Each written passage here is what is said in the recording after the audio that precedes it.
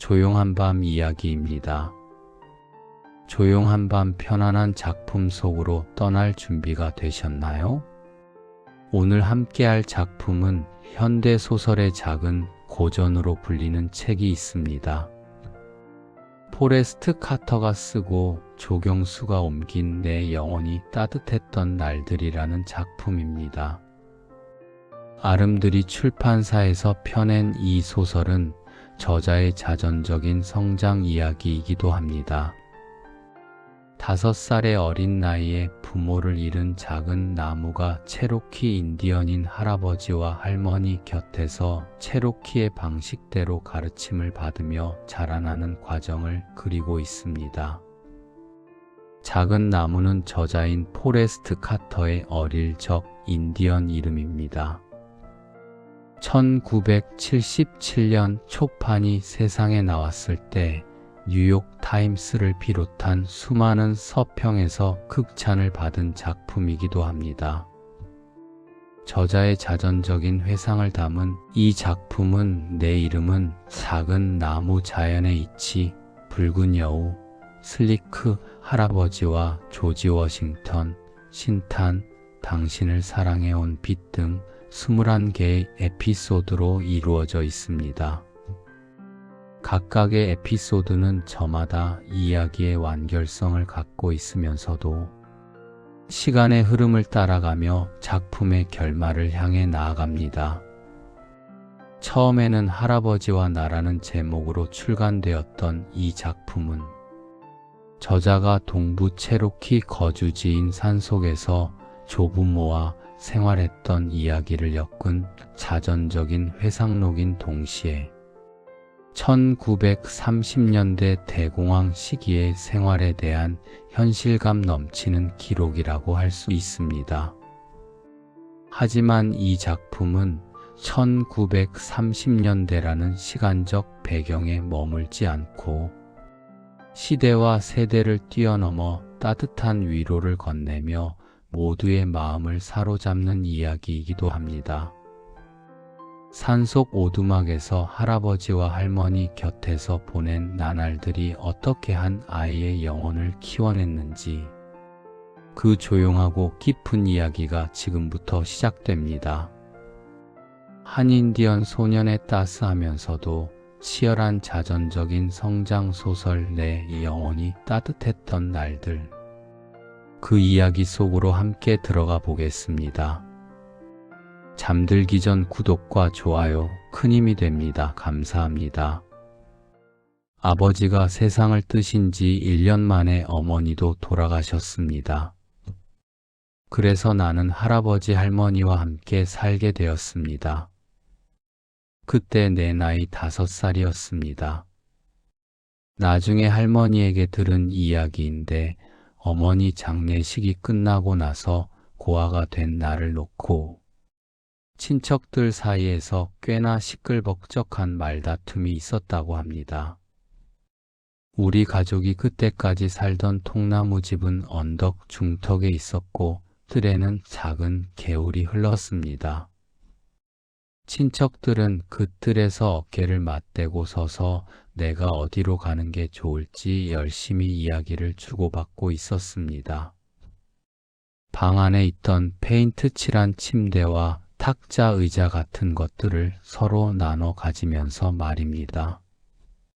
그 작은 살림살이들이 이 손 저 손으로 옮겨가는 동안 나는 그 뜰에 서 있었습니다. 무엇이 나를 기다리고 있는지도 모른 채 그저 거기 서 있었습니다. 할아버지는 친척들 틈에서 벗어나 뜰 구석에 묵묵히 서 계셨습니다. 할머니도 할아버지 뒤에 가만히 서 계셨다고 합니다. 할아버지는 체로키 피가 반쯤 섞인 분이셨고 할머니는 순수한 체로키 혈통이셨습니다. 할아버지는 거의 2미터에 다다를 정도로 키가 크셔서 사람들 사이에 서면 머리 하나가 위로 솟아 있었습니다. 할아버지는 사람들 머리 너머로 계속 내 얼굴을 바라보고 계셨다고 합니다. 크고 검은 모자를 쓰시고 교회 갈 때나 장례식 때 입는 검은 양복을 입으신 채로 말입니다. 그 큰 눈이 나를 바라보고 있다는 것을 나는 느끼고 있었습니다. 나는 한 발 한 발들을 가로질러 할아버지에게 다가가서 그 긴 다리에 매달렸습니다. 친척들이 떼어놓으려 해도 부둥켜안은 팔에 힘을 풀지 않았습니다. 할머니 말씀으론 울지도 않고 소리 지르지도 않고 오직 할아버지 다리만 꼭 부둥켜 안고 있었다고 합니다. 친척들이 떼어내려 하고 나는 떨어지지 않으려 하면서 한참 동안 실랑이가 벌어졌습니다. 그러다가 할아버지가 가만히 손을 뻗어 내 머리에 얹으시더니 그냥 내버려 두라고 말씀하셨습니다. 그러자 친척들이 일제히 내 몸에서 손을 뗐습니다. 할아버지는 좀체 사람들 앞에서 이야기를 하지 않으셨지만 어쩌다 한마디 하시면 누구도 그 말을 거역하지 못한다는 게 할머니의 설명이셨습니다. 할아버지 손의 온기가 내 머리 위에 내려앉았습니다. 그 온기가 무언가를 말해주고 있었습니다. 두려워하지 않아도 된다는 것을 말입니다. 그날 늦게 할아버지와 할머니나 이렇게 세 사람은 언덕을 내려와 마을로 이어지는 큰 길로 나왔습니다. 한겨울이라 벌써 어둑어둑해지고 있었습니다. 풀잎 위에 서리가 내려앉은 들판 너머로 차가운 바람이 한 줄기 불어왔습니다. 내 옷가지를 싼 보따리를 어깨에 둘러맨 할아버지가 성큼성큼 앞서 걸어가셨습니다. 나는 얼마 지나지 않아 할아버지를 따라잡으려면 거의 달리다시피 걸어야 한다는 걸 깨달았습니다. 내 뒤에서 따라오시던 할머니도 자주 치마를 들어 올리면서 젠걸음으로 따라오셨습니다. 마을에 들어서고 나서도 이런 행진은 그대로 이어져 할아버지는 여전히 저만큼 앞서 걸어가셨습니다. 할아버지를 간신히 따라잡은 것은 버스 정류장에 들어서고 나서였습니다. 우리는 한참 동안 그곳에 서 있었습니다. 할머니는 버스가 들어와 나갈 때마다 버스 앞쪽에 걸린 행선지 표지판을 일일이 읽어보셨습니다. 할아버지는 할머니가 누구보다도 글자를 잘 읽는다고 늘 말씀하셨습니다. 과연 할머니는 우리가 탈 버스를 꼭 집어서 정확하게 가려내셨습니다. 어느새 주변엔 땅거미가 내려앉고 있었습니다. 정류장 주위에는 낯선 사람들이 오가고 있었지만 나는 할아버지 옆에 서 있는 것만으로 조금은 든든했습니다. 우리는 다른 사람들이 모두 버스에 올라탈 때까지 기다렸습니다. 그것은 잘한 일이었습니다. 왜냐하면 우리가 버스에 발을 올려놓는 바로 그 순간부터 문제가 생겼기 때문입니다. 할아버지가 제일 먼저 올라타시고 그 다음이 나 그리고 할머니는 제일 낮은 승강구 계단에 서 계셨습니다. 할아버지가 바지 앞주머니에서 똑딱이 잠금쇠가 달린 지갑을 꺼내 버스 요금을 내려 하셨습니다. 좌표는 어디 있는 거예요? 하고 운전사가 어찌나 크게 고함을 질렀던지 차에 타고 있던 사람들이 모두 한꺼번에 우리 쪽으로 얼굴을 돌렸습니다. 그래도 할아버지는 눈 한 번 깜짝이지 않고 지금 차비를 내려는 참이라고 말씀하셨습니다. 할머니가 내 어깨 너머로 어디로 가는지 말하라고 속삭이셨습니다. 할아버지는 할머니가 시킨 대로 운전사에게 목적지를 말씀하셨습니다. 운전사가 얼마를 내라고 하자 할아버지는 동전 하나를 찬찬히 살펴보면서 천천히 돈을 세어 나가셨습니다. 차 안의 불빛이 워낙 흐렸기 때문이었습니다. 그러자 운전사가 손님들에게 얼굴을 돌리더니 오른손을 번쩍 들면서 하여간 못 말려 라며 웃음을 터뜨렸습니다. 승객들도 모두 따라 웃었습니다. 사람들이 웃는 것을 보니 안심이 되었습니다. 우리가 차표가 없다고 해서 크게 야단을 맞거나 화를 당하지는 않았다는 걸 알 수 있었기 때문입니다. 그러고 나서 우리는 버스 뒤쪽으로 걸어갔습니다. 나는 할머니와 할아버지 사이에 앉았습니다. 할머니가 손을 뻗어 할아버지의 손등을 가볍게 두드리셨습니다. 그러자 할아버지도 팔을 뻗어 할머니 손을 가만히 잡으셨습니다. 두 분의 손이 맞닿은 그 모습이 내 눈 속에 오래도록 남아 있었습니다. 편안하고 따뜻한 기분이 내 몸을 부드럽게 훑고 지나갔습니다. 그래서인지 나는 금방 잠이 들었습니다. 버스에서 자갈길로 내려섰을 때 밤이 한창 깊어 있었습니다. 할아버지가 다시 걷기 시작하셨고 나와 할머니는 그 뒤를 따랐습니다. 공기가 쨍하고 깨질 것처럼 차가웠습니다. 숨을 들이마실 때마다 폐 속으로 날카로운 냉기가 파고들었습니다. 둥그런 수박을 반으로 쪼개놓은 듯한 달이 얼굴을 내밀더니 저 멀리 구부러진 길까지 우리 일행을 은빛으로 비춰주었습니다. 자갈길을 벗어나 가운데로는 풀이 자라고 양옆으로 마차 바퀴 자국이 선명한 길로 들어서자 산이 바로 내 옆에 와 있는 것이 느껴졌습니다. 사실 이때 우리는 시커먼 산 그림자 속에 들어가 있었습니다. 달이 다른 높은 산 등성이 바로 위에 높다랗게 걸려 있어서 올려다보려면 머리를 완전히 젖혀야 했습니다. 나는 사방에서 덮쳐 흐르는 듯한 산 내음에 몸을 떨었습니다.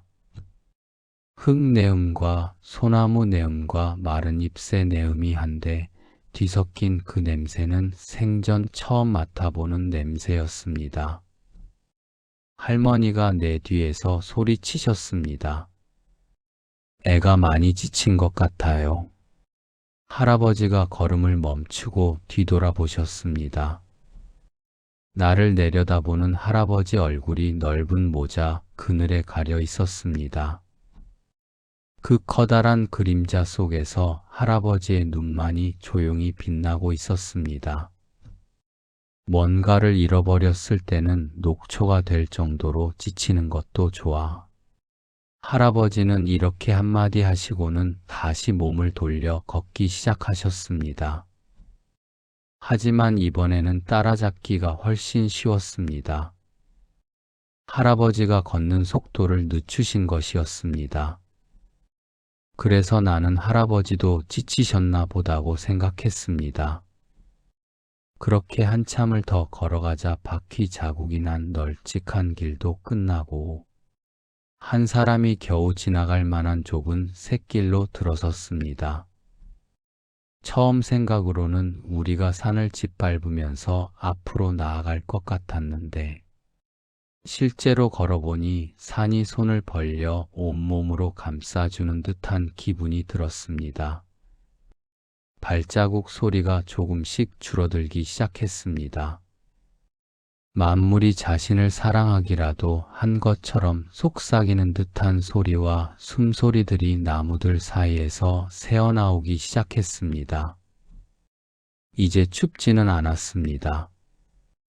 길 옆에서는 찰방거리는 소리와 홍홍 걸리는 소리, 깔깔거리는 소리들이 뒤섞여 흘러갔습니다.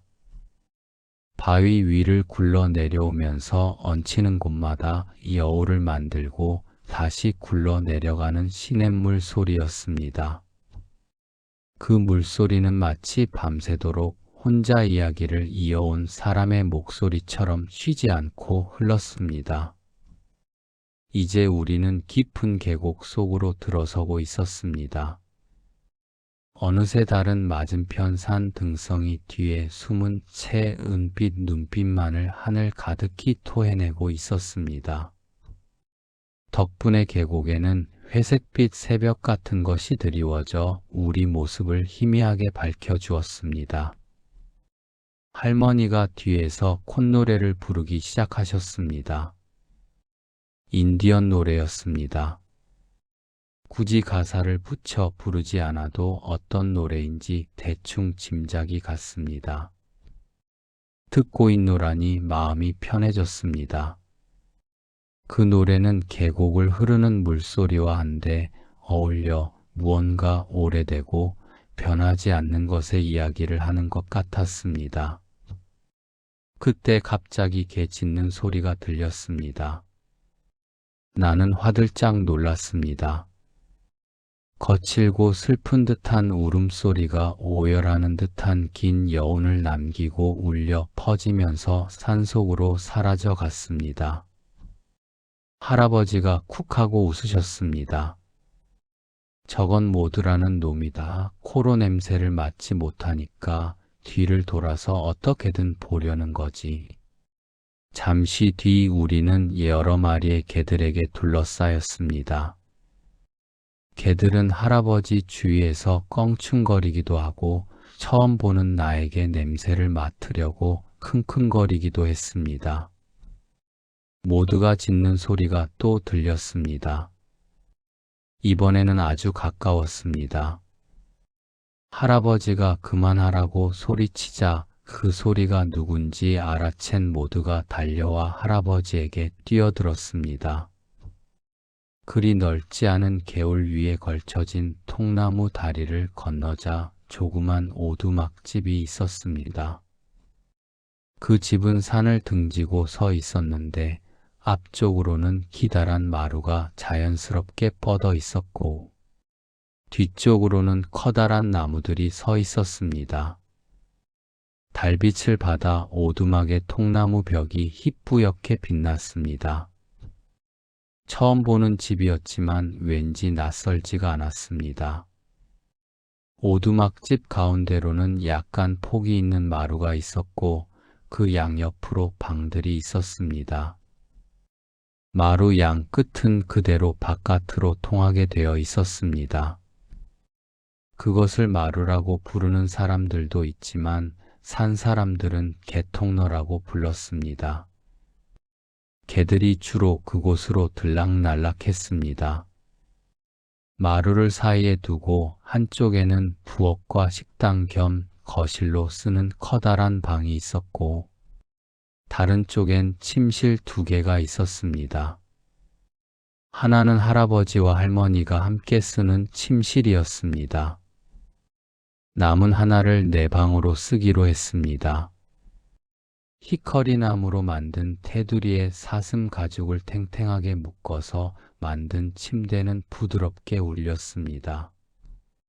침대에 누우니 열린 창문으로 개울가에 서 있는 나무들이 희미한 달빛 속에서 유령처럼 어스름하게 보였습니다. 바람이 조금 불 때마다 나뭇가지들이 서로 스치며 사각사각 소리를 냈습니다. 울컥 엄마 생각이 나고 낯선 곳에 와 있다는 두려움이 밀려왔습니다. 가슴 깊은 곳에서 무언가가 차오르기 시작했습니다. 그때 누군가가 내 머리카락을 쓰다듬었습니다. 침대 옆 마룻바닥에 앉아 계시던 할머니였습니다. 할머니는 넓은 치맛자락을 바닥에 펼치고 흰머리가 많이 섞인 긴 머리카락을 어깨에서 무릎으로 늘어뜨리고 앉아 계셨습니다. 할머니도 나처럼 창밖을 바라보고 계셨습니다. 두 분이 같은 곳을 바라보고 있다는 것이 무언가 위안이 되었습니다. 이윽고 할머니가 낮고 부드러운 소리로 노래하기 시작하셨습니다. 가지를 스치는 바람도 숲도 이젠 모두 그가 온 걸 안다. 내 아버지 산이 노래 불러 맞아준다. 아무도 작은 나무를 무서워하지 않아 작은 나무가 착한 걸 아니까.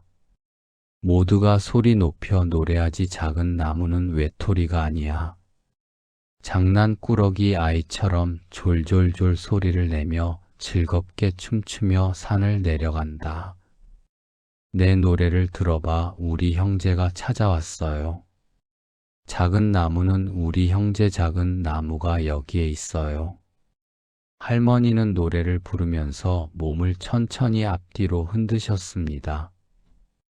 그 몸짓이 흡사 오래된 나무가 바람에 흔들리는 것처럼 자연스러웠습니다.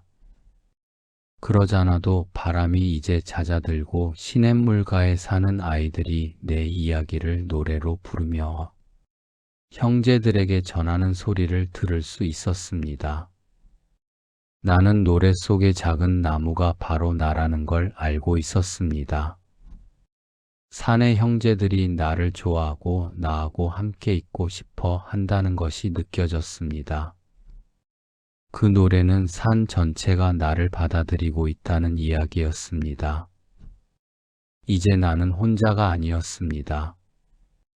그래서 나는 울지도 않고 편안하게 잠이 들었습니다. 그건 한겨울 늦은 오후였습니다. 할아버지가 다른 개들 앞에서 난처하게 만들고 싶지 않다는 이유로 모두와 늘다리 링거를 오두막집으로 몰아넣으셨습니다.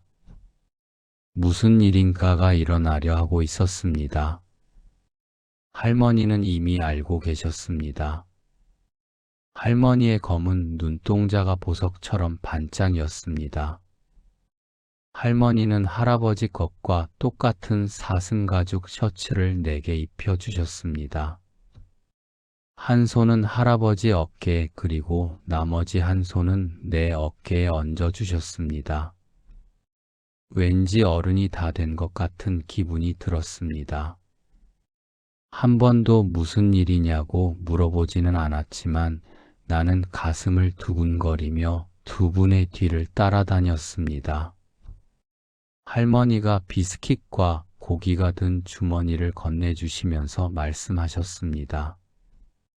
오늘은 밤새도록 마루에 앉아서 기다리고 있을 테니 아마 너의 소리를 들을 수 있을 게다. 마당을 나가자 할아버지가 휘파람을 불어 개들을 불러 모으셨습니다. 드디어 집을 나선 우리는 개울을 따라 나 있는 계곡길을 걸어 올라갔습니다. 개들은 앞서거니 뒤서거니 하면서 길을 재촉했습니다. 할아버지가 개를 기르는 이유는 두 가지였습니다. 하나는 옥수수밭 때문이었습니다. 봄, 여름이 되면 할아버지는 모두와 링거에게 사슴이나 노루, 산돼지, 까마귀 같은 짐승들이 옥수수밭에 접근하지 못하도록 망보는 일을 맡기셨습니다. 할아버지 말씀으로는 모두도 사람인 자신처럼 냄새를 전혀 맡지 못하기 때문에 사냥에는 아무 쓸모가 없지만 청력과 시력은 아주 날카로워서 충분히 잘 해낼 수 있는 일이 있다고 하셨습니다. 또 그런 일을 맡기면 아주 자랑스러워 한다는 것이었습니다. 개든 사람이든 간에 자기가 아무데도 쓸모없다고 느끼는 건 대단히 좋지 않다는 게 할아버지의 생각이셨습니다. 링거는 예전에는 뛰어난 사냥개였지만 지금은 너무 나이를 먹었습니다. 이제는 꼬리를 질질 끌고 다니고 눈도 많이 침침해진 데다 옛날만큼 잘 보거나 듣지도 못했습니다. 할아버지가 링거를 모두와 짝지어 준 것은 링거가 모두를 도울 수 있게 하여 나이가 들어도 자신이 여전히 가치 있는 존재라는 걸 느끼게 해주기 위해서였습니다. 이 일은 링거에게 뿌듯한 자신감을 갖도록 해주었습니다. 그래서 특히 옥수수 밭을 지키는 계절이 되면 링거는 목을 한껏 치켜 세우고 다리를 씩씩하게 내디디면서 뒤를 돌아다니곤 했습니다. 늙은 몸이지만 그 걸음걸이에는 자긍심이 가득 담겨 있었습니다. 옥수수가 자라는 계절이 되면 할아버지는 모두와 링거를 계곡에 있는 헛간에 데려다 놓으셨습니다. 헛간이 옥수수밭에서 그리 멀지 않은 곳에 있었기 때문입니다. 두 마리 개는 충성스럽도록 열심히 옥수수밭을 지켰습니다. 모두가 링거의 눈과 귀가 되어 주었습니다. 모두는 옥수수밭에서 뭔가 움직이는 게 보이면 밭이 자기 것이라는 듯이 컹컹거리며 달려가 짐승들을 쫓아냈습니다. 그러면 링거도 그 뒤를 똑같이 따라했습니다. 이렇게 옥수수밭 사이를 달려갈 때 냄새를 맡지 못하는 모두는 너구리 따위를 못 보고 지나치는 일도 자주 있었습니다. 하지만 모두 뒤를 따라가는 링거는 그렇지 않았습니다. 후각이 뛰어난 링거는 땅 냄새를 맡아가면서 너구리를 쫓아가다가 결국에는 나무에 부딪히고는 했습니다. 그러고 나면 링거는 축 처진 모습으로 돌아오곤 했지만 링거와 모두는 절대 포기하지 않았습니다. 둘은 맡은 일을 충실히 해내고 있었습니다. 할아버지가 개를 기르는 또 다른 이유는 여우 부리기를 하는 순수한 즐거움을 즐기기 위해서였습니다. 할아버지의 여우 부리기는 보통 사냥과는 달랐습니다. 할아버지는 절대 개를 써서 짐승을 잡지 않으셨습니다. 그럴 필요가 없었던 것입니다. 할아버지는 짐승들이 어디에서 먹이를 먹고 물을 마시는지, 습관은 어떻고 다니는 길은 어디인지, 심지어 사고 방식과 성격은 어떤지까지도 다 알고 계셨습니다. 아무리 뛰어난 사냥개라도 할아버지의 이런 지식들을 따라잡을 수는 없었습니다. 이를테면 붉은 여우는 개한테 쫓길 때면 원을 그리며 달리는 습성이 있습니다. 가운데 있는 자신의 굴을 중심으로 대략 지름 5km 정도, 아니 때로는 그보다 더 큰 원을 그리기도 합니다. 이렇게 달리면서도 여우는 가진 계략을 다 부립니다. 왔던 길을 되돌아가기도 하고 물을 건너 눈속임 발자국을 만들어 놓기도 합니다. 하지만 그 원을 포기하는 일은 절대 없습니다. 여우는 쫓기기 시작하면 점점 원을 좁혀갑니다. 결국에 가서 여우는 자기 굴에 몸을 숨기는데 산 사람들은 이걸 굴에 들었다고 합니다. 달리면 달릴수록 여우의 몸은 더워졌습니다. 그럴 때면 개들이 자취를 쉽게 잡아낼 수 있을 만큼 강한 냄새가 나는 침이 입에서 뚝뚝 떨어지고, 그럴수록 개들이 짖는 소리가 더 커져갔습니다. 그 때문에 사람들은 여우의 침을 뜨거운 침이라고 불렀습니다. 반면에 회색 여우는 팔자 모양을 그리면서 달립니다. 팔자 가운데 선이 교차하는 바로 그곳에 회색 여우의 굴이 있습니다. 할아버지는 너구리가 꾀를 내는 것도 읽을 수 있으셨습니다. 너구리가 어설픈 잔꾀를 부리는 걸 보면 할아버지는 이를 보이며 웃으셨습니다. 맹세컨대 너구리도 이따금 할아버지를 비웃었을 거라고 하시면서 말입니다. 할아버지는 야생 칠면조들이 다니는 길도 잘 알고 계셨고, 물가에서 벌집까지 날아가는 벌을 눈만으로 쫓아갈 수도 있으셨습니다. 또한 사슴의 호기심 많은 성격을 이용해서 할아버지 가까이 오게 할 수도 있으셨으며, 털 하나 건드리지 않고 메추라기 무리 속을 살금살금 걸어 다닐 수도 있으셨습니다. 하지만 할아버지는 필요한 만큼을 빼고는 절대로 동물들을 괴롭히지 않으셨습니다. 동물들도 이 점을 잘 알고 있는 듯 했습니다. 할아버지는 그런 놀이들을 즐기긴 했지만 집착하지는 않으셨습니다. 할아버지는 거칠고 무모한 백인 산 사람들에 대해서도 잘 참아주시는 편이셨습니다. 하지만 그 사람들이 개를 데리고 사냥감을 쫓으며 여기저기 쑤시고 다닐 때면 동물들은 모두 어디엔가 숨어버렸습니다.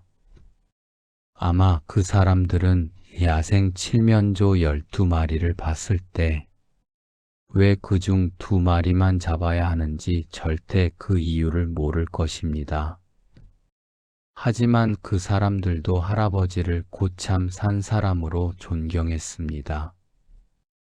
이것은 사거리 가게에서 그들을 만났을 때 드러나는 눈빛의 표정이나 모자 끝에 손을 갖다 대는 걸 보더라도 알 수 있었습니다. 그래서 그 사람들은 자신들이 사는 곳에 사냥감이 갈수록 줄어들고 있다고 불평하면서도 할아버지가 사는 계곡과 숲으로는 총을 든 채 사냥개들을 끌고 들어오지는 않았습니다. 할아버지는 그 사람들 이야기를 들으면서 자주 머리를 흔드시곤 하셨지만 그렇다고 무슨 말을 하시지는 않았습니다. 하지만 나중에 나에게 말씀하시길 저 사람들은 체로키의 뜻을 절대 이해하지 못할 거라고 하셨습니다. 뒤에서 펄쩍거리며 뛰어다니는 개들을 데리고 나는 할아버지 등 뒤에 바짝 붙어 걸음을 재촉했습니다. 신비스러운 만큼 흥분되는 시간이 계곡 속을 흐르고 있었습니다. 이제 날은 완전히 저물어 타오르는 해가 서서히 죽어가기라도 하는 것처럼 하늘은 저녁 노을의 붉은색에서 피처럼 검붉은 빛으로 변해가며 조금씩 어두워져 갔습니다. 저녁 바람조차도 귓가에서 가만가만 살랑거렸습니다. 흡사 드러내놓고 떠들어서는 안 되는 이야기를 갖고 있기라도 한 것처럼 말입니다. 낮에 졸던 짐승들이 보금자리를 찾아들고 대신 밤짐승들이 먹이를 찾으러 나오는 시간이었습니다. 헛간 옆 풀밭을 가로질러 가던 할아버지가 갑자기 걸음을 멈추시는 바람에 나도 할아버지의 다리에 머리를 부딪히고 멈춰 섰습니다. 계곡 저 아래서 올빼미 한 마리가 우리가 있는 쪽으로 날아왔습니다. 기껏해야 할아버지 키높이 정도나 될까 싶을 정도로 낮게 날아오던 올빼미는 아무 소리도 내지 않고 그야말로 숨소리 하나 내지 않고 곧바로 헛간 쪽으로 날아 들어가 마치 유령처럼 조용히 자리를 잡고 앉았습니다. 날개를 움직이는 소리도 없었습니다. 바람 소리 하나 내지 않고 어둠 속에서 어둠으로 사라지는 것이었습니다. 왜 헛간에 사는 건가요? 하고 내가 물었습니다.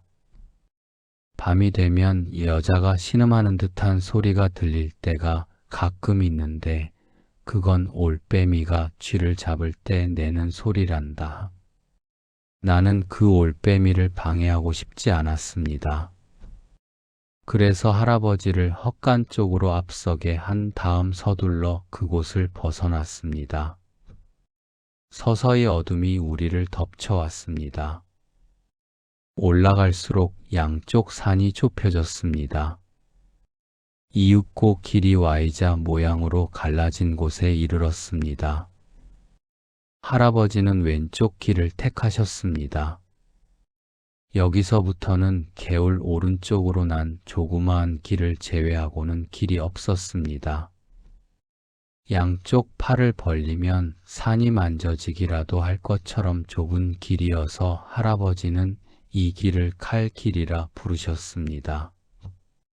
곧장 산 위쪽을 향해 뻗은 칼길은 깃털 같은 나무 그림자에 뒤덮여 컴컴했습니다.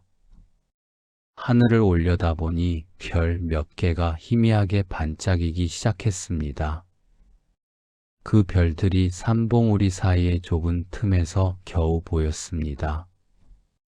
멀리서 산비둘기 우는 소리가 들렸습니다. 산은 목이 쉰 것처럼 걸걸하면서도 기다랗게 이어지는 그 울음소리를 재빨리 삼켰다가 가는 몇 번이고 도로 뱉어냈습니다. 그럴 때마다 그 소리는 점점 더 멀리 퍼져나갔습니다. 얼마나 많은 산과 계곡을 지나쳐 갔는지 알 수 없을 정도가 되자 그 소리는 소리라기보다는 마치 오래된 기억처럼 그렇게 사그라져 갔습니다. 왠지 쓸쓸한 기분이 든 나는 종종 걸음을 치며 할아버지 팔꿈치에 바짝 따라붙었습니다. 개들이라도 내 뒤에 있어주면 좋으련만 그 녀석들은 하나같이 할아버지 앞에서 왔다 갔다 뛰어다니고 있었습니다. 어서 여우 부리기에 보내달라는 듯이 코를 킁킁거리면서 말입니다. 갈 길은 꽤 가파른 오르막길이었습니다. 얼마 가지 않아 깔깔거리며 물 떨어지는 소리가 들렸습니다. 시냇물이 하늘 꼭대기라 불리는 곳을 가로지르면서 내는 소리였습니다. 그곳에서 우리는 길을 벗어나 두루 펼쳐진 산속으로 들어갔습니다. 그제서야 할아버지가 개들을 풀어놓으셨습니다. 그냥 손가락으로 앞을 가리키면서 가라고 하셨을 뿐이지만 개들은 낮게 컹컹거리면서 눈 깜짝할 사이에 산속으로 사라졌습니다.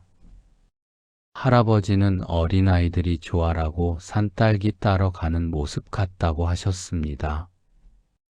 우리는 시냇물 위쪽 소나무 숲속에 앉았습니다. 그곳은 따뜻했습니다. 소나무 무리들이 열을 내기 때문입니다. 하지만 여름이라면 떡갈나무나 히커리나무 그늘 아래 앉는 편이 나을 것이었습니다. 소나무 밑에 앉으면 더 더울 테니까요. 시냇물에 비친 별들이 물결에 흔들리기도 하고 물살을 타고 부서지기도 했습니다. 물 위에서 별들이 춤을 추고 있었습니다. 할아버지는 이제 곧 개 짖는 소리를 들을 수 있을 거라고 하셨습니다. 붉은 여우 슬리크의 자취를 찾아냈을 때 개들이 보내는 신호였습니다. 교활하다는 뜻의 슬리크 할아버지가 그 여우에게 붙여준 이름이었습니다.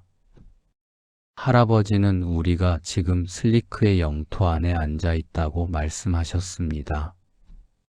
할아버지가 슬리크를 알게 된 것은 대략 5해쯤 전이라고 하셨습니다.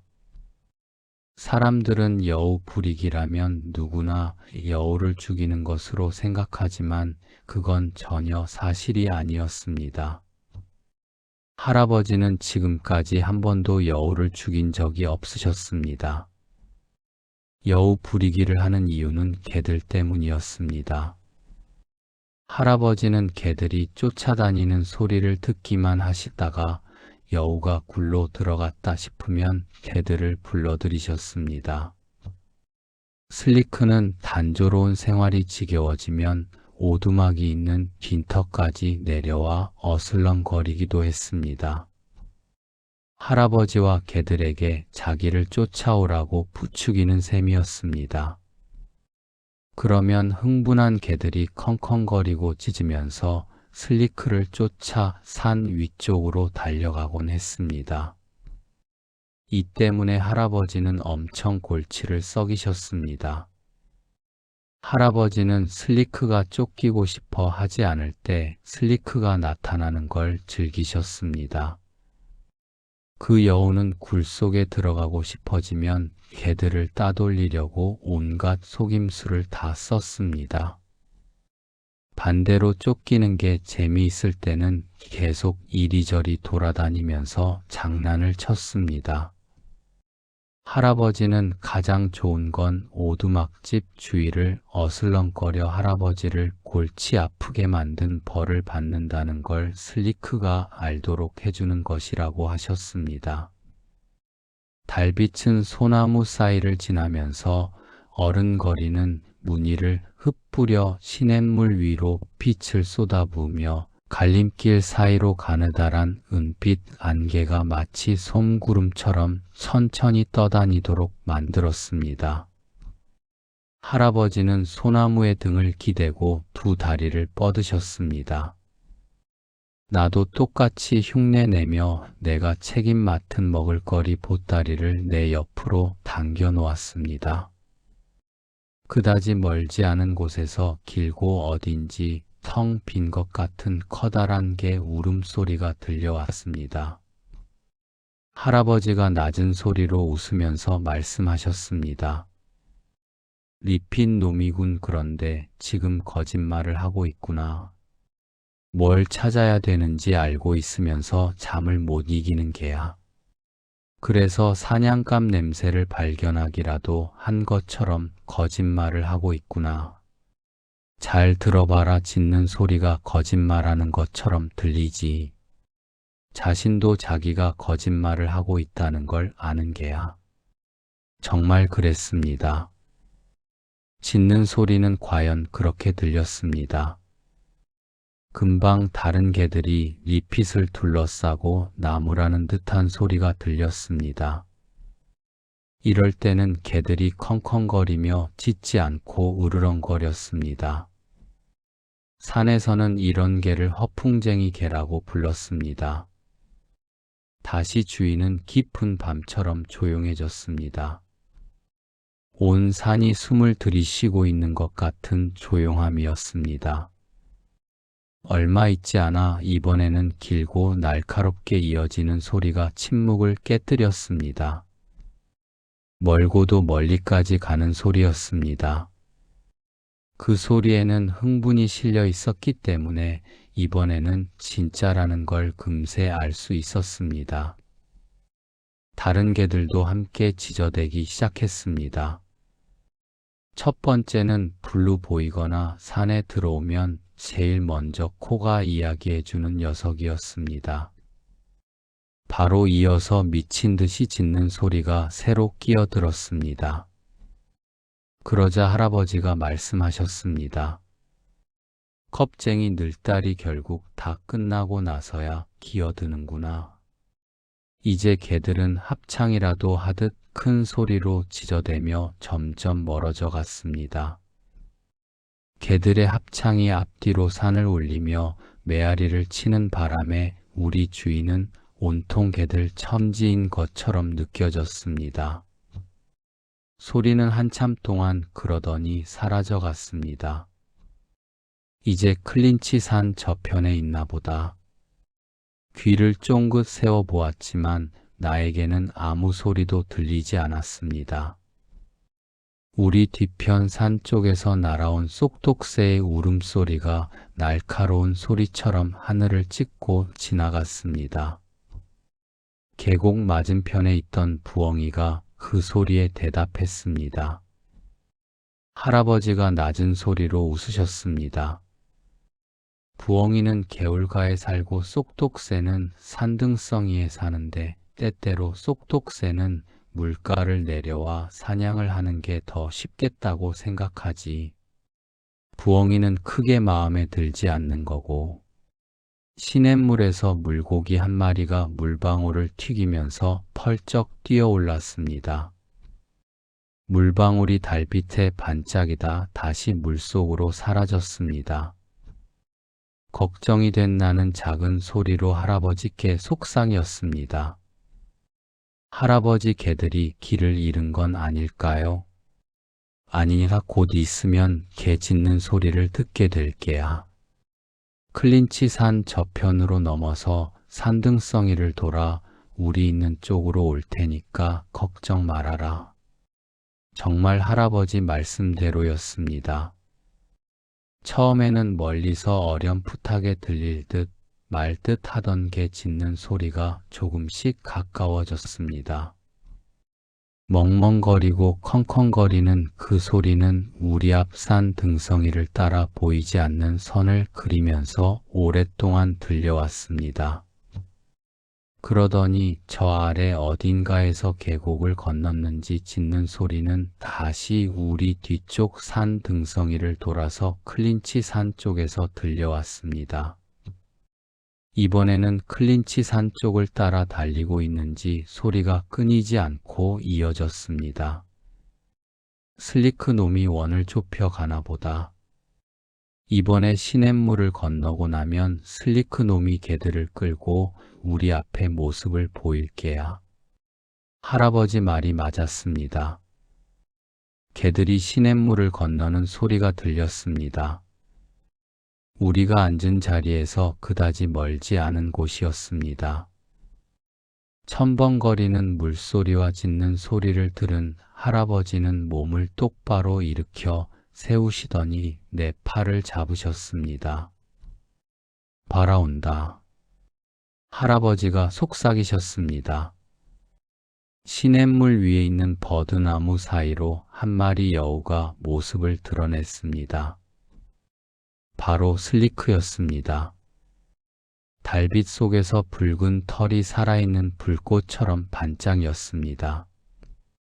여우는 혀를 축 늘어뜨리고 더부룩한 꼬리를 아무렇게나 늘어뜨린 채 종종 걸음을 치고 있었습니다. 그러더니 뾰족한 귀를 쫑긋 세운 채 마치 행진을 하는 것처럼 천천히 걸음을 옮기기도 하고 덤불이 나타나면 깅 돌아서 가기도 했습니다. 또한 걸음을 멈추고 앞발을 들어올려 날름날름 핫기도 했습니다. 그렇게 속임수를 쓰고 나서 슬리크는 소리가 난 쪽을 살피고는 다시 종종 걸음을 옮기기 시작했습니다. 우리 발 아래쪽 시냇물에는 바위들이 물 위로 삐죽삐죽 솟아 있었습니다. 그중 몇 개는 징검다리를 이루며 시냇물 한가운데까지 이어져 있었습니다. 그 바위들이 있는 곳에 왔을 때 슬리크는 걸음을 멈추고 뒤를 돌아봤습니다. 개들과의 거리를 재는 모양이었습니다. 그러더니 우리에게 등을 보인 채 시냇물을 바라보는 자세로 그 자리에 가만히 앉았습니다. 달빛을 받아 털빛이 붉게 반사되었습니다. 개 짖는 소리가 점점 가까워지고 있었습니다. 갑자기 할아버지가 내 팔을 꽉 붙드셨습니다. 이제부터 잘 봐라. 슬리크는 시냇가 둔덕에서 첫 번째 바위로 폴짝 뛰었습니다. 그곳에 잠깐 서 있는가 했더니 갑자기 살랑살랑 춤추는 듯한 몸짓을 했습니다. 두 번째 바위로 폴짝 건너간 여우는 다시 한번 춤을 추었고 그 다음 바위에서도 또 그 다음 바위에서도 춤을 추었습니다. 바위에서 바위로 건너갈 때마다 여우는 그 위에 서서 잠시 몸을 흔들었습니다. 자기 냄새를 바위마다 깊이 새겨넣고 있는 것이었습니다. 결국 여우는 시냇물 한가운데 있는 마지막 바위로 올라섰습니다. 여우는 다시 바위 하나씩을 되짚어 물가에서 가장 가까운 바위로 돌아왔습니다. 그곳에 서서 가만히 귀를 기울이던 슬리크는 마침내 물속으로 발을 집어넣었습니다. 철벅거리며 헤엄치는 여우의 모습은 순식간에 상류 쪽으로 사라져 버렸습니다. 최대한 치밀하게 시간을 잰 것이 틀림없었습니다. 녀석이 사라지자마자 곧바로 개들이 모습을 드러낸 것을 보더라도 말입니다. 블루보이가 코를 땅바닥에 대고 제일 앞서 왔습니다. 블루보이와 한 덩어리를 이루면서 뒤를 달았고 그 다음은 테스와 리틀 레드가 또 다른 짝을 이루며 바싹 따라붙었습니다. 때때로 그중 한 녀석이 코를 하늘로 치켜들고 우렁차게 짖는 소리를 들으면 누구라도 흥분해서 피가 끓어오르는 듯한 느낌을 받게 마련입니다. 개들이 바위들이 있는 곳까지 왔습니다. 블루보이는 조금도 주저하지 않고 바위에서 바위로 건너 뛰었습니다. 다른 개들도 모두 블루보이 뒤를 바싹 쫓았습니다. 시냇물 한가운데 있는 마지막 바위에 이르렀을 때 블루보이는 갑자기 걸음을 멈추었습니다. 하지만 리핏은 그렇게 하지 않았습니다. 리핏은 전혀 의심할 건더기가 없다는 듯이 물속으로 풍덩 뛰어들더니 건너편 개울가로 헤엄쳐 가기 시작했습니다. 패스도 리핏을 살아 물속으로 뛰어들어 헤엄치기 시작했습니다. 블루보이는 코를 치켜들고 공중에 대고 냄새를 맡기 시작했습니다. 리틀 레드도 블루보이와 함께 바위 위에 그대로 서 있었습니다. 이윽고 두 마리는 바위를 되짚어 우리가 있는 쪽 시냇가로 올라섰습니다. 이번에도 역시 블루보이가 앞장섰습니다. 드디어 슬리크의 자취를 찾아낸 블루보이가 길고 큰 소리로 짖었습니다. 리틀 레드도 맞장구를 치듯이 함께 짖었습니다. 리핏과 함께 헤엄을 치던 패스도 몸을 돌려 다시 이쪽으로 되돌아왔습니다. 리핏은 어찌할 바를 모르면서 시냇가 이쪽에서 아래 위로 뛰어다니고 있었습니다. 리핏은 짖기도 하고 끙끙거리기도 하다가 땅에 코를 대고 왔다 갔다 뛰어다니기도 했습니다. 리핏은 블루보이가 짖는 소리를 듣고 나서야 다이빙이라도 하듯이 물속에 첨벙 뛰어들어 헤엄을 쳤습니다. 개울가로 올라선 리핏은 그제서야 간신히 여우의 자취를 찾아내 다른 개들을 쫓아갔습니다. 할아버지와 나는 그야말로 배꼽을 잡고 웃었습니다. 너무 많이 웃다가 언덕에서 굴러 떨어질 뻔했을 정도였습니다.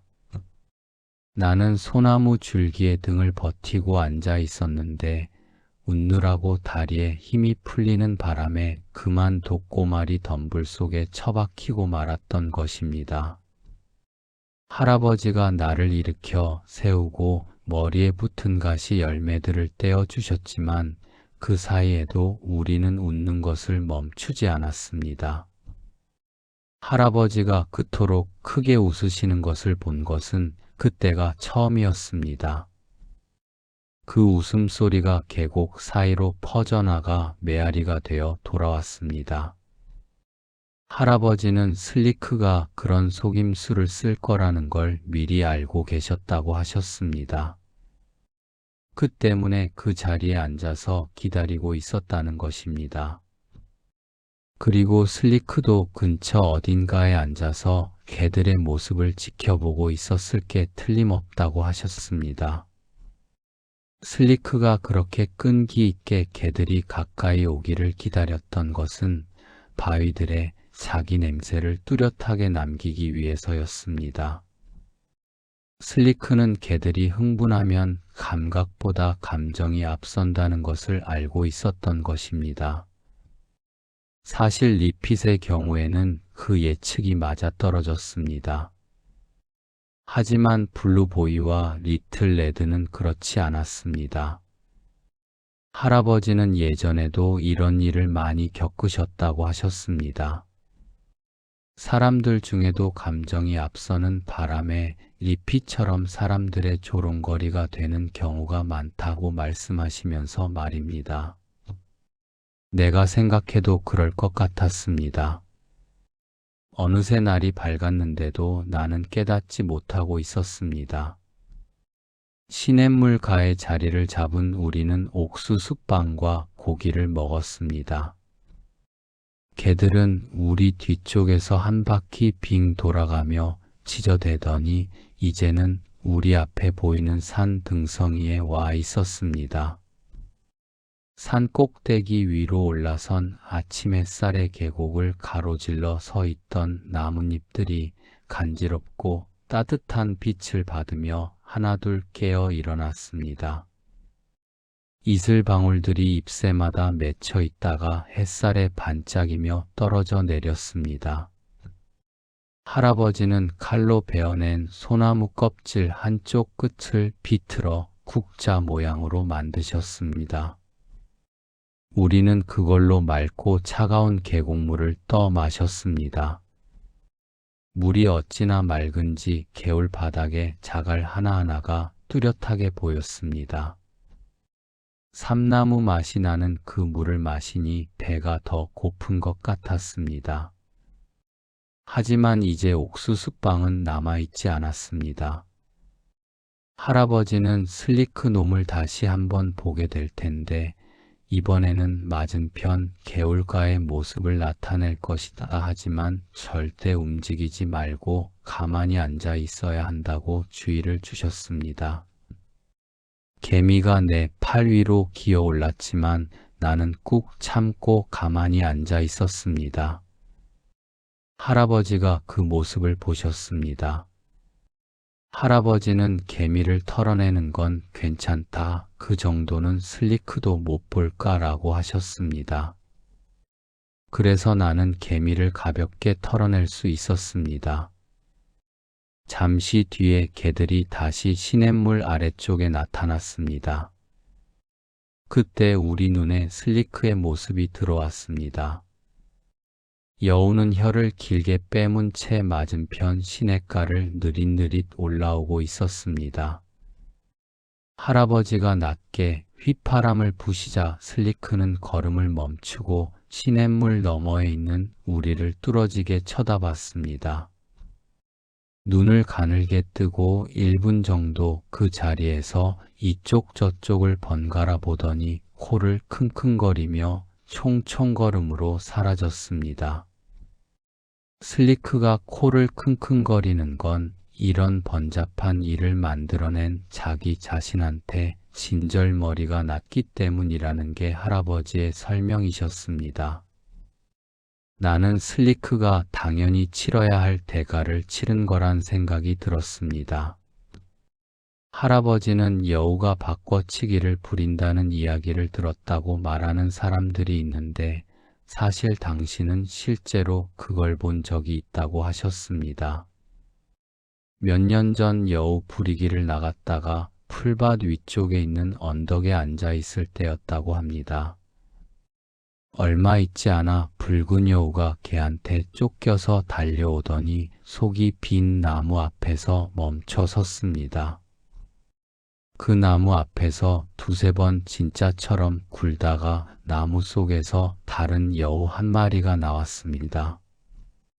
그러자 첫 번째 놈은 나무 속으로 들어가고 두 번째 놈이 쫓아오는 개들을 끌고서 총총걸음으로 달아났습니다. 할아버지가 나무 곁으로 가보니 그 속에서 여우의 코 고는 소리가 들리더라고 합니다. 개들이 바로 코앞을 지나가고 있었는데도 말입니다. 자신의 잔꾀에 얼마나 자신이 있었던지 개들이 그렇게 가까이 지나가도 여우는 아랑곳하지 않더라는 것입니다. 마침내 시냇물 위로 블루보이와 다른 개들이 모습을 드러냈습니다. 개들은 한두 걸음마다 계속 짖었습니다. 그만큼 여우의 냄새가 강했던 것입니다. 개들이 다시 시야에서 사라졌습니다. 그런데 얼마 있지 않아 무리에서 떨어졌는지 한 마리만 심하게 짖어대기 시작했습니다. 역시 리핀 놈이 잘난 척 나서더니 슬리크한테 속았구나. 가다가 길을 잃어버린 모양이었습니다. 산에서는 이런 개들을 사기꾼 개라고 부릅니다. 리핏을 우리 쪽으로 찾아오도록 하기 위해서는 큰 소리로 고함을 질러서 불러오게 할 수밖에 없었습니다. 그러면 다른 개들도 그 소리를 듣고 우리한테 올 것이었습니다. 결국 이쯤에서 우리는 여우 부리기를 포기해야 했습니다. 나는 도저히 할아버지처럼 길게 소리를 지를 수 없었습니다. 그 소리는 요들 소리와 비슷했습니다. 하지만 할아버지는 나도 꽤 잘하는 편이라고 칭찬해 주셨습니다. 얼마 후에 개들이 우리가 있는 곳으로 왔습니다. 리핏은 자기 행동이 부끄러웠는지 슬금슬금 다른 개들 꽁무니에 가 숨었습니다. 아마 그러면 안 보일 거라고 생각하는 것 같았습니다. 할아버지는 이번 일이 리핏에게 도움이 될 거라고 하셨습니다. 이번 일만 보더라도 알 수 있듯이 다른 사람을 속이려 하면 도리어 자기 자신이 곤란한 처지에 빠지게 된다는 걸 깨달았을 거라고 하시면서 말입니다. 사실 그랬습니다. 우리가 하늘 협곡을 떠난 것은 5시가 되고 나서였습니다. 우리는 칼길을 따라 집으로 걸어 내려갔습니다. 개들은 다리를 질질 끌면서 느린 걸음으로 걸었습니다. 지쳐서 그랬을 것입니다. 나도 무척 피곤했습니다. 그래서 할아버지가 그렇게 어슬렁거리면서 천천히 걷지 않으셨다면 도저히 따라잡을 수 없었을 것입니다. 칼길을 내려오는 동안 저녁 별들이 하나둘 모습을 드러냈습니다. 그 별들이 어젯밤에도 우리 위에서 빛나고 있었다는 생각이 들었습니다. 오두막집 빈터와 할머니가 우리 눈에 들어온 것은 저녁 땅거미가 깔릴 무렵이었습니다. 할머니는 우리를 마중하러 길까지 나와 계셨습니다. 아직 걸을 힘이 남아 있었는데도 할머니는 나를 안아주셨습니다. 나머지 한쪽 팔은 할아버지 허리에 두르신 채 그 품 안에서 할아버지와 할머니의 체온이 느껴졌습니다. 피곤하긴 무척 피곤했나 봅니다. 어느새 할머니 어깨에 기대어 잠이 들었는지 언제 오두막집에 도착했는지도 몰랐습니다. 할아버지와 할머니는 내게 지난 일들에 대해서 알려주고 싶어 하셨습니다. 지난 일을 모르면 아무 일도 잘 알 수 없으며 자기가 어디에서 왔는지를 모르면 어디로 가야 될지도 모른다는 말을 자주 하셨습니다. 이 때문에 두 분은 나에게 옛날 일들에 대해 자주 이야기해 주셨습니다. 정부군이 들어온 이야기며 체로키족의 골짜기에서 농사짓던 이야기 생명들이 싹 트는 봄이 되면 열리는 봄 춤파티 이야기까지 해주셨습니다. 또 서리가 내려 호박이 물러지고 감이 빨갛게 익고 옥수수가 다 자란 늦가을 무렵이면 열리는 추수감사제 이야기와 자연의 이치를 따를 것을 맹세한 후에야 벌어졌던 겨울 사냥 이야기도 빠뜨리지 않으셨습니다. 그 이야기들을 들으면서 나는 내가 어디에 속해 있는지를 조금씩 알아갔습니다. 나는 단순히 이 오두막에 사는 게 아니라 오래된 무언가의 일부가 되어가고 있었습니다. 그 중에서 정부군이 인디언들을 강제 이주시킨 이야기는 이렇습니다. 어느 날 정부군 관리들이 찾아와 종이 쪽지 하나를 내보이며 서명하라고 했습니다. 새로운 백인 개척민들에게 체로키의 토지가 아닌 곳에 정착해야 한다는 사실을 알려주는 서류라고 했습니다. 체로키들은 기꺼이 서명했습니다. 그러자 이후 더 많은 정부군 병사들이 대검을 꽂은 총으로 무장을 하고 찾아왔습니다. 병사들 말인즉 그 종이에 적힌 내용이 바뀌었다는 것이었습니다. 이제 그 종이에는 체로키들이 자기들의 골짜기와 집과 산을 포기하겠다는 내용이 적혀 있었습니다. 체로키들은 멀리 해가 지는 곳으로 가야만 했습니다. 그곳에 가면 체로키들이 살 수 있도록 정부에서 선사해준 땅이 있다고 했지만 백인들은 조금도 관심을 보이지 않는 황량한 땅이었습니다. 병사들은 넓은 골짜기를 총으로 빙 둘러쌌습니다. 가시철망이 총을 대신했습니다. 병사들은 체로키들을 원 가운데로 밀어 넣었습니다. 다른 산과 골짜기에 살고 있던 체로키들까지 짐승들처럼 몰아와 그 원 안으로 밀어 넣었습니다. 이런 상태로 꽤 많은 시간이 흘렀습니다. 이제 체로키들을 거의 다 잡아들였다고 생각한 병사들은 마차와 노새를 가져와 체로키들에게 해가 지는 그곳까지 타고 가면 더 좋다고 했습니다. 체로키들에게 남아있는 것은 아무것도 없었습니다. 집도 없었습니다. 땅도 없었습니다. 아끼던 살림살이도 모두 빼앗겼습니다. 하지만 체로키들은 마차를 타지 않았습니다. 덕분에 체로키들은 무언가를 지킬 수 있었습니다. 그것은 볼 수도 입을 수도 먹을 수도 없는 것이었지만 그들은 그것을 지켰습니다. 그것을 지키기 위해서 그들은 마차를 타지 않고 걸어갔습니다. 정부군 병사들은 체로키들의 악기와 짐승들과 가재도구들을 갖고 말을 타고 갔습니다. 체로키 남자들은 똑바로 앞만 쳐다보고 걸었습니다. 땅을 내려다보지도 않았고 병사들을 쳐다보지도 않았습니다. 남자들 뒤를 따라왔던 여자들과 아이들도 병사들 쪽을 쳐다보지 않았습니다.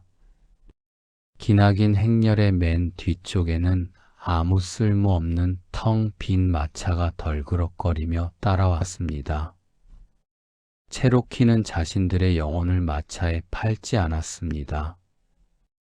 땅도 집도 모두 빼앗겼지만 체로키들은 마차가 자신들의 영혼을 빼앗아 가도록 내버려 두지 않았습니다. 그것이 그들이 지킨 것이었습니다.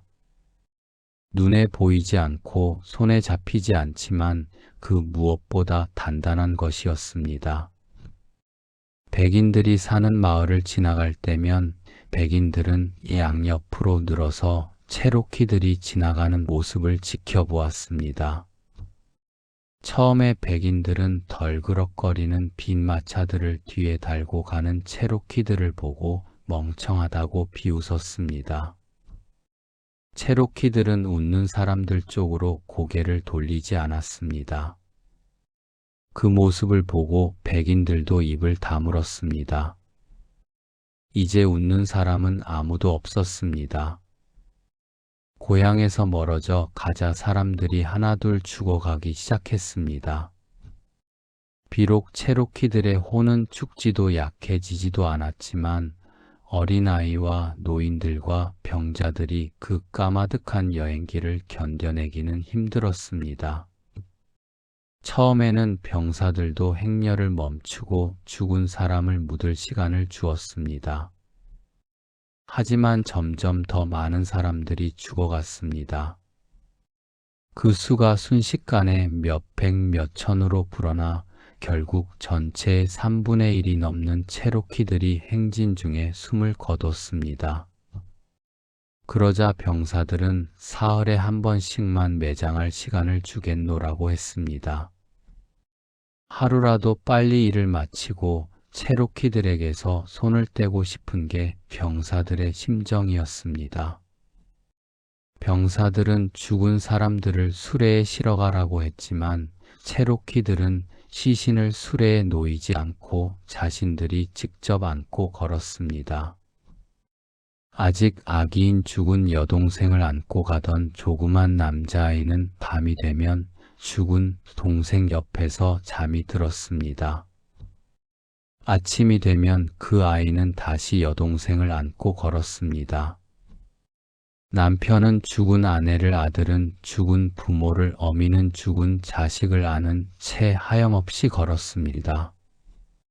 병사들이 행렬 양옆에 서서 자신들이 지나가는 걸 쳐다보는 사람들에게 체로키들은 고개를 돌리지 않았습니다. 길가에 서서 구경하던 사람들 중 몇몇이 울음을 터뜨렸습니다. 하지만 체로키들은 울지 않았습니다. 어떤 표정도 밖으로 드러내지 않았습니다. 그들에게 자신들의 마음을 내비치고 싶지 않았던 것입니다. 체로키들은 마차에 타지 않았던 것처럼 울지도 않았습니다. 사람들은 이 행렬을 눈물의 여정이라 불렀습니다. 체로키들이 울었기 때문이 아닙니다. 그들은 울지 않았습니다. 사람들은 그 말이 낭만적으로 들리기 때문에 또 그 행렬을 옆에서 구경하던 사람들의 동정심을 표현해 주기 때문에 그렇게 불렀습니다. 하지만 죽음의 행진은 절대 낭만적일 수 없습니다. 어미의 팔에 안긴 채 뻣뻣하게 죽어있는 아기 어미가 걸어가는 동안 감기지 않은 눈으로 흔들거리는 하늘을 노려보고 있는 아기를 누가 쉽게 잊을 수 있겠는가. 밤이 되면 아내의 죽음을 내려놓고 온 밤 내내 그 옆에 누워 있다가 아침이 되면 일어나 그 죽음을 옮겨가야 하는 남편과 장남에게 막내 시신을 안고 가라고 말해야 하는 아버지. 그리고 쳐다보지도 말하지도 울지도 고향을 떠올리지도 말면서 걷는 이들을 소재로 과연 누가 노래할 수 있겠는가? 그것은 절대 아름다운 노래가 될 수 없을 것입니다. 그래서 사람들은 그 행렬을 눈물의 여정이라 불렀습니다. 1838년부터 1839년에 걸쳐 13,000명 정도의 체로키들이 차례로 오클라호마의 보호구역으로 강제 이주당했습니다. 1300km의 행진 중에 추위와 음식 부족, 질병과 사고 등으로 무려 4,000명 정도의 체로키들이 죽었다고 합니다. 체로키 모두가 그 행렬에 끌려간 것은 아니었습니다. 산길에 익숙한 일부 체로키들은 깊숙한 계곡이나 먼 산 등성이 쪽으로 달아났습니다. 이들은 아내와 아이들을 데리고 끊임없이 옮겨다니면서 살았습니다. 이들은 덫을 놓아서 짐승을 잡곤 했는데 군대가 그곳까지 들어오는 바람에 덫을 놓아둔 곳으로 돌아가지 못하는 때도 있었습니다. 또한 이들은 땅에서 부드러운 뿌리들을 캐내거나 도토리를 빻아 가루로 만들거나 개간지에서 거둔 얼마 안 되는 작물을 거두거나 나무의 속껍질을 벗겨 먹기도 했습니다. 가끔씩은 차가운 겨울 물속에서 맨손으로 물고기를 잡는 일도 있었지만 이때도 변함없이 이들의 움직임은 그림자처럼 조용했습니다. 그래서 설사 그 자리에 있던 사람이라도 잠깐 바람처럼 휙 지나가는 느낌 외에는 그들을 보지도 듣지도 못했습니다. 사실 그들은 자취를 남기는 법이 거의 없었습니다. 하지만 동료들끼리는 잘 찾아냈습니다. 산을 아는 자들은 산 속에서 서로를 알아보는 법이었습니다. 우리 증조 할아버지의 가족들도 모두 산에서 자란 사람들이었습니다. 그들은 토지나 재산을 탐내지 않았습니다. 다른 체로키들이 그러했던 것처럼 그들이 원했던 것도 오로지 산속에서의 자유로운 생활뿐이었습니다. 증조 할아버지가 증조 할머니와 그 가족을 만난 이야기는 할머니가 해주셨습니다. 어느 날 증조 할아버지는 계곡 위에서 아주 희미한 흔적 하나를 찾아냈습니다. 그것은 사람이 지나간 자리였습니다. 그러나 자취를 남기지 않는데 능한 사람이 지나간 자리였습니다.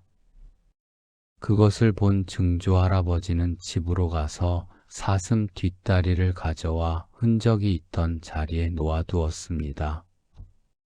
총과 칼도 그 옆에 함께 두었는데 다음날 아침에 다시 가보니 사슴 뒷다리는 온데간데 없고 총과 칼만 그 자리에 그대로 있었습니다.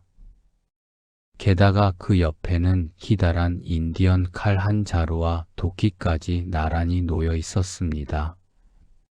말없이 주고받는 대화였습니다. 말보다 더 많은 것을 담은 대화였습니다. 증조 할아버지는 그것들을 그대로 놔둔 채 집에 가서 옥수수를 가져왔습니다. 증조 할아버지는 옥수수를 무지 옆에 놓고 오랫동안 서서 기다리셨습니다.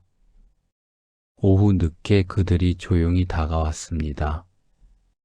나무 사이를 걸어오다가 잠시 멈춰 주위를 살핀 다음 다시 앞으로 걷는 식으로 하면서 말입니다. 그 걸음걸이는 바람과도 같았습니다.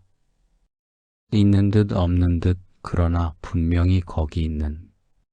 증조 할아버지가 손을 내밀며 그들에게 다가가셨습니다. 그러자 남자 여자 아이들까지 모두 합쳐 19이나 되는 그 집 사람들도 하나같이 손을 내밀며 걸어왔습니다. 마침내 그들의 손과 증조 할아버지의 손이 맞닿았습니다. 할머니 말씀으론 서로 손에 닿기까지 꽤 먼 거리가 되었는데도 그들은 그렇게 손을 내밀면서 걸었다고 합니다.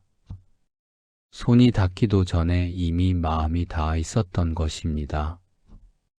얼마 있지 않아 키가 훌쩍 자란 증조 할아버지는 그 집안의 막내딸과 결혼했습니다.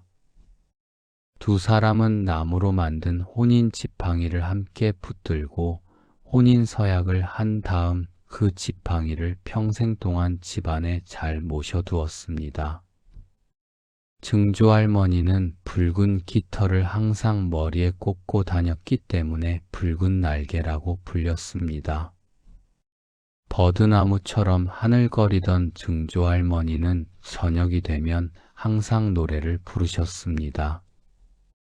그 노래는 산 아래로 흘러내려와 계곡에 고이곤 했다고 합니다. 할아버지와 할머니는 증조 할아버지의 말년 모습에 대해서도 이야기해 주셨습니다. 증조 할아버지는 남북전쟁의 용사였습니다. 증조 할아버지는 존 헌트 목건 장군이 이끄는 남부연합군 특공대에 가담하여 보이지 않는 먼 곳에 앉아 자신의 종족과 집을 위협하는 얼굴 없는 유령 같은 연방군에 대항하여 싸웠습니다. 증조 할아버지의 수염이 하얗게 새어 있었습니다. 나이 탓에 몸도 무척 쇠약해져 겨울 바람을 맞을 때마다 옛 상처가 쑤시곤 했습니다.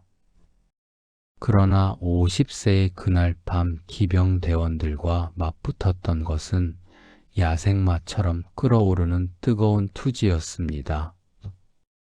티끌만큼의 두려움도 없었습니다. 혈관엔 오로지 흥분으로 고동쳤습니다.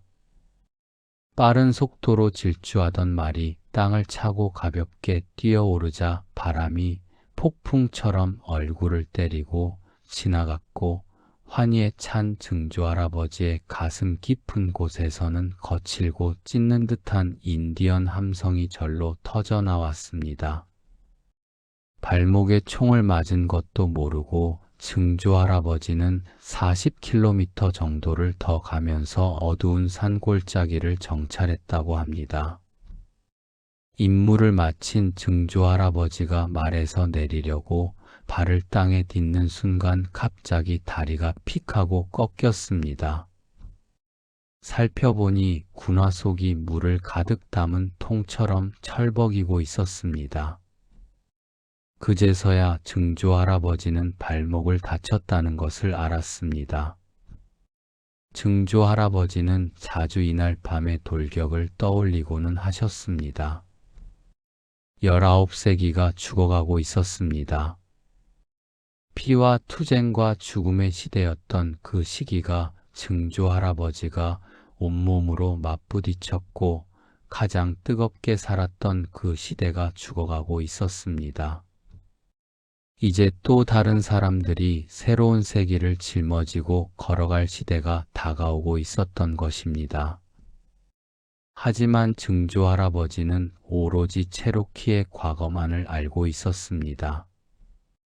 그분의 장남은 인디언 구역으로 쫓겨나고 둘째 아들은 텍사스에서 죽고 말았습니다. 이제 그의 곁에 남은 사람은 붉은 날개와 막내 아들 뿐이었습니다. 그는 여전히 말을 탈 수 있었습니다. 모건 특공대 시절에는 말을 타고 5칸 울타리를 뛰어넘었던 증조 할아버지였습니다. 그에게는 아직도 덤불에 꼬리털을 남겨 추적당하는 일이 없도록 말 꼬리를 치켜들게 한 채 달리는 습관이 있었습니다. 하지만 갈수록 고통이 심해져 예전과 달리 술로도 고통을 잠재울 수 없었습니다. 통나무집 마룻바닥에 사지를 대자로 벌리고 누워야 할 때가 다가오고 있었던 것입니다. 증조 할아버지는 그 사실을 알고 계셨습니다. 어느 내시산 중에 한 해가 저물어 가던 때였습니다. 차가운 바람이 히커리나무와 떡갈나무의 마지막 잎새를 때려대고 있었습니다. 그 겨울날 오후 증조 할아버지는 막내 아들인 할아버지와 함께 계곡 중간쯤에 서 계셨습니다. 두 발로 서서 산을 바라볼 수 있는 마지막 날들이라는 것을 두 사람 모두 알고 있었습니다. 그래도 증조 할아버지는 이제 더 이상 산을 오르지 못한다는 사실을 인정하지 않으셨습니다. 두 사람은 하늘을 배경으로 산 등성이 위로 앙상하게 벌거벗은 채 뻣뻣하게 서 있는 나무들을 쳐다봤습니다. 겨울 해가 어디로 지는지 연구라도 하는 사람들처럼 그렇게 두 사람은 서로의 얼굴을 쳐다보지 않았습니다. 오래 알아온 사람들은 굳이 얼굴을 마주 보지 않아도 서로의 마음을 읽을 수 있었습니다. 거참 너에게 남겨줄 게 별로 없구나. 증조 할아버지는 낮은 소리로 웃으셨습니다. 저 산에서 건질 수 있는 거라고 해봐야 손을 녹이려고 불을 쬐는 정도일 테니. 이제 아들은 산에 대해 연구라도 하는 사람처럼 산에서 눈을 떼지 않고 가만히 대답했습니다. 됩니다. 뭐는 다 큰 사슴이다. 거기다 발이 빠르고 끝까지 가고 그러니 이러쿵 저러쿵 잔소리할 필요는 없을 것 같습니다. 다만 우리가 믿는 걸 지키려고 할 때 망설이지 말고 손을 내밀어 다른 사람과 손을 잡도록 해라. 우리 시대는 같다. 지금 오고 있는 너희들의 시대가 어떻게 될지 나로서는 알 수 없구나. 그 시대를 어떻게 살아야 하는지도 모르겠고 그런데 너한테 남겨줄 것조차 없으니. 하지만 아마 많은 것들은 언제나 변함이 없을 거다. 너가 누구보다 산을 좋아하니 다행이고 우리는 자기 감정에 솔직한 사람이 되어야 한다. 명심하겠습니다, 아버지. 아들이 조용히 대답했습니다. 마지막 햇빛이 산 등성이 너머로 사라지고 나자 살을 에이는 바람이 몰아쳤습니다. 이제 입을 떼기조차 힘들었지만 증조 할아버지는 다시 말을 이으셨습니다. 그리고 아들아, 나는 너를 사랑한다. 아들은 아무 말도 하지 않고 늙고 앙상한 노인의 어깨를 팔로 감쌌습니다.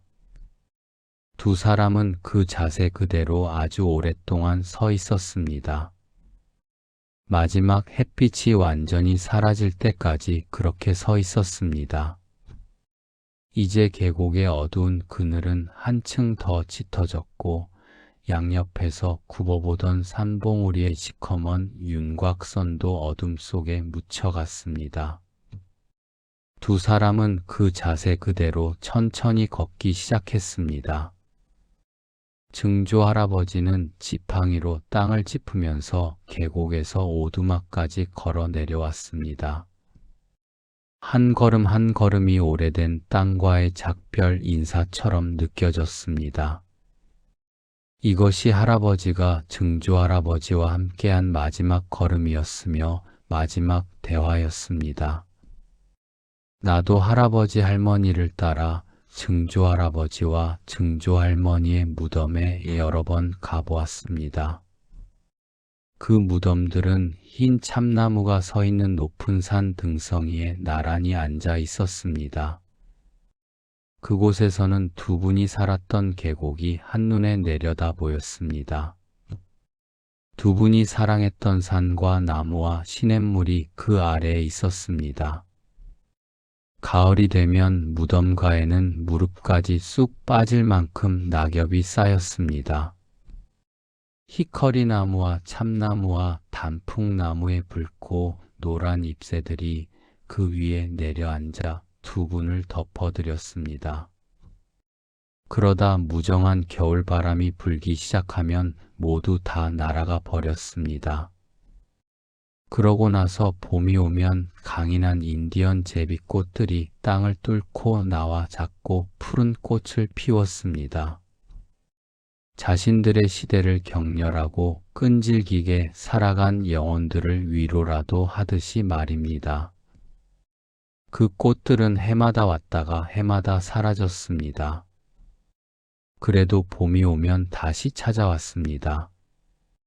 히커리나무로 만든 혼인 지팡이도 뒤틀리긴 했지만 여전히 풀어지지 않은 채 그곳에 꿋꿋이 서 있었습니다. 그 지팡이에는 그분들이 슬플 때나 기쁠 때나 싸웠을 때마다 표시해둔 자국들이 가득 새겨져 있었습니다. 그 지팡이는 그분들의 머리맡에서 두 분을 하나로 묶어주었습니다. 두 분이 살아있을 때 그랬던 것처럼 죽어서도 그 지팡이는 두 분 곁에 있었습니다. 지팡이에 새겨진 두 분의 이름은 워낙 작아서 무릎을 꿇고 자세히 들여다보고서야 읽을 수 있었습니다. 두 분의 이름은 에디와 붉은 날개였습니다.